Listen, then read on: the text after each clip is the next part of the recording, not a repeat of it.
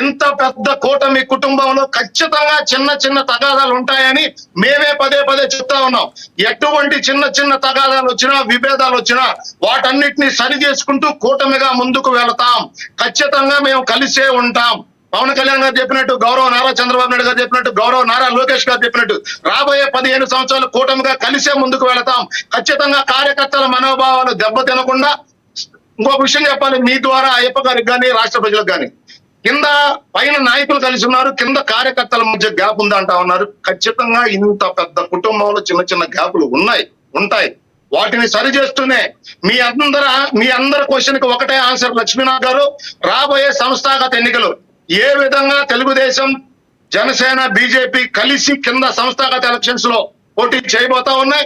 రాబోయే రోజుల్లో ఒకరికొకరు సహకరించుకొని కూటమిగా ఏ విధంగా విజయాన్ని సాధిస్తాం, ఆ విజయమే ఈ రోజు జనసేన, తెలుగుదేశం, బీజేపీ కార్యకర్తలు కింద గ్రౌండ్ స్థాయిలో కలిసి లేరన్న వారికి రాబోయే సంస్థాగత ఎన్నికలే సరైన సమాధానం అని చెప్పి మీ ద్వారా అయ్యప్ప గారితో పాటు, ఎందుకంటే అయ్యప్ప గారికి అడగటం తప్పులేదు. ఖచ్చితంగా చిన్న చిన్న విభేదాలు ఉన్నాయి, అది నేను కూడా చెప్తా ఉన్నా, నేను కూడా ఒప్పుకుంటా ఉన్నా. ఇంత పెద్ద కుటుంబం 175 నియోజకవర్గాలు, ఖచ్చితంగా చిన్న చిన్న విభేదాలు ఉంటాయి. ఆ విభేదాలను సరి చేసుకుంటూ ముందుకు వెళతాం ఈ రాష్ట్ర అభివృద్ధి కోసం. మేము ఈ 2 సంవత్సరాలు చేసిన సుపరిపాలన, ఉద్యోగ కల్పన, రాష్ట్రంలో అందిస్తున్న సంక్షేమ కార్యక్రమాల మీద ప్రజల్ని ఓటు అడుగుతాం. శాంతియుతంగా ప్రతి ఒక్కళ్ళు నామినేషన్ వేసుకునే విధంగా మాత్రమే రాబోయే స్థానిక సంస్థ ఎలక్షన్లు జరుగుతాయి. లక్ష్మీనాథ్ గారు ఒక అంశం చెప్పి కంక్లూడ్ చేస్తా, 30 సెకండ్స్ చెప్పండి. జగన్మోహన్ రెడ్డి గారు ఏదైతే 2021 సార్వత్రిక ఎన్నికలు, స్థానిక సంస్థ ఎన్నికలు ఏకగ్రీవాలు జరగాలన్నారు, ఇప్పుడు ఏకగ్రీవాలు వద్దంటున్నారు. జగన్మోహన్ రెడ్డి గారికి కానీ, వైఎస్ఆర్సీపీ పార్టీకి కానీ బాట తప్పడం, మడం తిప్పడం కొత్త ఏం కాదు. అమరావతి రాజధాని, 3 రాజధానులు మావేగన్, సిపిఎస్ రద్దు, లక్షల సంఖ్యలో చంద్రబాబు నాయుడు గారు ఉద్యోగాలు ఇవ్వలేదు, జాబ్ క్యాలెండర్ ఇస్తా అది లేదు. అదే విధంగా రాష్ట్రంలో అక్కా శల్యమల్లారా దశల వారీగా మద్య నిషేధం చేసుకుంటూ వెళ్లి మిమ్మల్ని ఓటు అడుగుతా అది లేదు. ఈ విధంగా జగన్మోహన్ రెడ్డి గారు బాబాయ్ హత్య, నారాసుర రక్త చరిత్ర,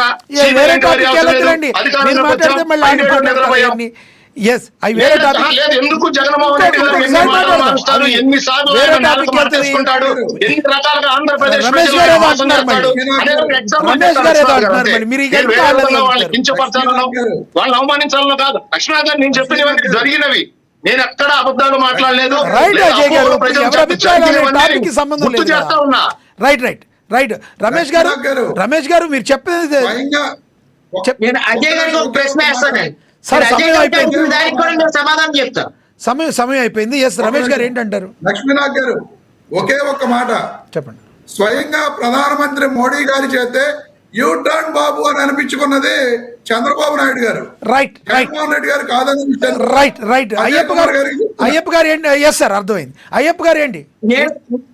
నాకు 2 నిమిషాలు టైం ఇవ్వాలండి. నేను అజయ్ గారు చెప్పిన దానికి నేను చాలా విస్తృతంగా సమాధానం చెప్తాను. సమయం అయిపోయింది సార్, 2 నిమిషాలు సమయం లేదు, అయిపోయింది. మీరు మాట్లాడారు. అయినా కానీ ఈరోజు డిబేట్ కొంచెం 2 నిమిషాలు.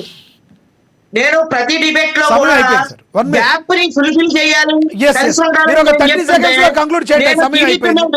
మాట్లాడుతున్నానని చెప్పి అజయ్ గారు మాట్లాడుతున్నారు. ఒక ఎనలిస్ట్ గా ఒక పార్టీకి కొమ్ముకాయలండి.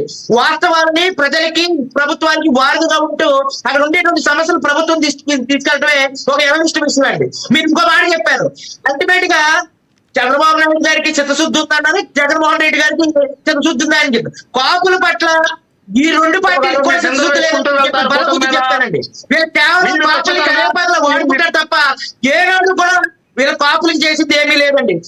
5% రిజర్వేషన్ అండి. సో సాయం 5% రిజర్వేషన్ కేంద్రం పంపించారు.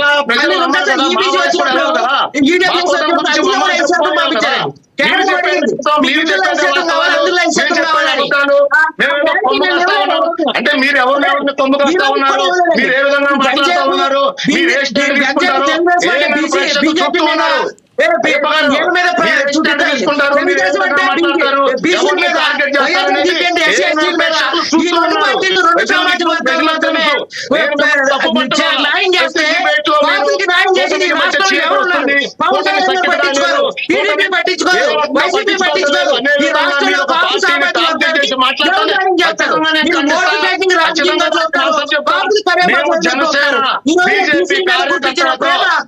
చట్టసభల్లో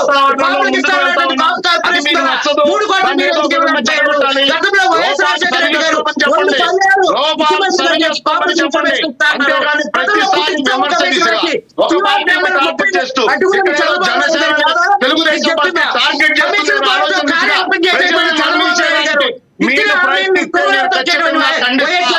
నేను అడ్డుపడతా. నేను సమాధానం రైట్ చెప్తా. రైట్ సార్ రైట్ రైట్ మీ ఇద్దరు అభిప్రాయాలు మాట్లాడండి. అర్థమని ఎస్ సార్ ఎస్ మీ ఇద్దరు అభిప్రాయాలు అర్థమని చివరిగా వేణుగారు మీరు చివరిగా ఏదైనా చెప్పండి. అందరిని మ్యూట్లో పెట్టండి, అందరి అభిప్రాయాలు అర్థమైనాయి. ఎస్ సార్ వేణుగారు చివరిగా ఒకటి చెప్పండి. సార్ ఒక వారం